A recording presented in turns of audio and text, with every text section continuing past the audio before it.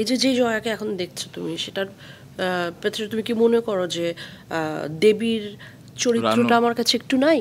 দেখেছে যে আপনি শুটিং ফ্লোরে সবসময় নির্ভর থাকেন এবং সেখানে ভালো খবর খারাপ খবর কিছুই আপনাকে এফেক্ট করে না। হ্যাঁ সত্যি, হ্যাঁ, ওটা তো একজন মানে কি বলবো, শিল্পীর জন্য সবচেয়ে সিকিউর জায়গা। ওখানে আমি খুব মেডিটেটিভ মুডে থাকি এবং হ্যাঁ মানে মানে কাজটা আসলে খুব মানে ভালোবেসে করতে চাই এবং সৎভাবে পুরোটা দিয়ে করতে চাই।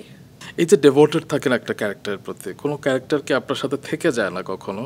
প্রত্যেকটা ক্যারেক্টার থেকে গেছে, অনেক দিন থেকে সব অনেক দিন না, সেটা আমি কি করে বলবো।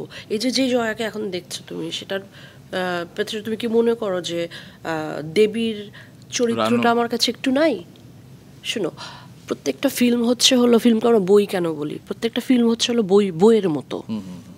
বই পড়লে আমরা একটু একটু করে নিজেদের মনের উত্তরণ ঘটে, বই পড়লে একটু একটু করে আমরা আমাদের মননটা বাড়ে, বই পড়লে একটু একটু করে আমরা আমাদের উন্নতি হয়। তেমন করে এক একটা ছবি পড়লে, এক একটা স্ক্রিপ্ট পড়লে সেই জিনিসগুলো আমাদের থেকে যায় না? একটা ছবির ভালো মন্দ সব কিছু একটু একটু থেকে যায়। এবং তারপরে এই আজকে একটা ছবি শেষ করবার পর তারপর যেই জয়াকে তোমরা দেখতে পাও, সেটা এই ছবির যে চরিত্র সেখানে একটু হলেও সেভাবেই পলি জমতে জমতে জমতে জমতে একটা উর্বর জায়গা তৈরি হয়। বাহ।